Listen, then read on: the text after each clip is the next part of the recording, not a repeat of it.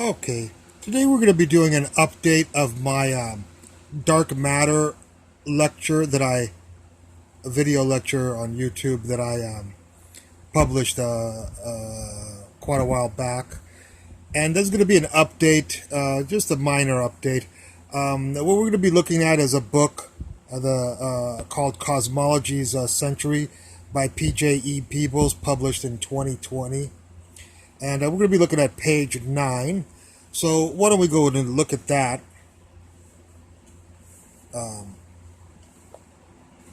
Here is the cover of the book if you want to go out and seek it out yourself at your local bookstore.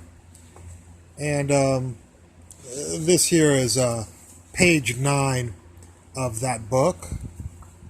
And if we look at something very interesting that it says here, I'll read it because I'm sure the writing is very small. It was later seen that mass also seemed to be missing from the outer parts of spiral galaxies. Spiral galaxies. Based on measurements discussed in section 6.3 of circular motions of stars and gas in the disks of spiral galaxies. And if we look later on in the thing, there's no mention whatsoever of elliptic galaxies. Now, the reason I point this out is this mass missing is compensated by most of the physics community with dark matter, and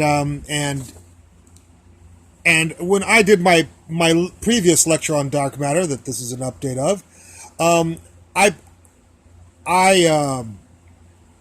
conjectured that with spiral galaxies, since you have a spherical part of the center, this is the sphere portion of it. Then you have the disk, and then you have the arms of a spiral galaxy. That the sphere part went as r cubed, the disk went as r squared, gravitationally concerning, and the arms went as r, as far as the density of the mass due to the stars in the structure of a spiral galaxy. And what I found out is that, of course, this gave us the velocity curve. Velocity is a function of radius that is observed experimentally, with a linear aspect here for the sphere part, a curved aspect for the r squared part, and then a constant part. You can look back at my lecture. Of course, that explains all of this for this. But anyways, by doing this type of analysis, we got the experimental velocity curves.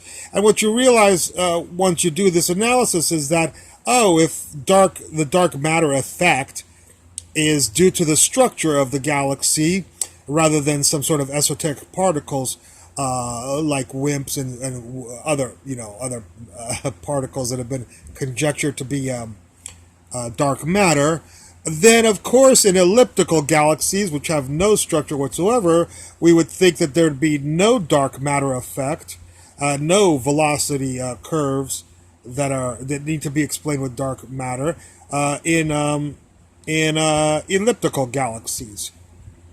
And I stated in that lecture, which I'll put the link of that lecture, my lecture, in the comments, not in the comments, and the explanation of this lecture. I'll put the link so you can find it, but you can also just type in dark matter, Vince Bentley, and you'll find my other lecture if you want to see exactly how that's made.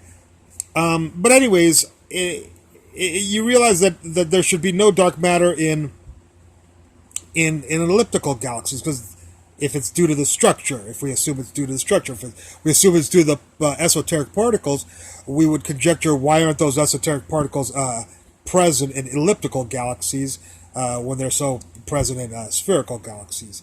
Which there could be a theory for that also.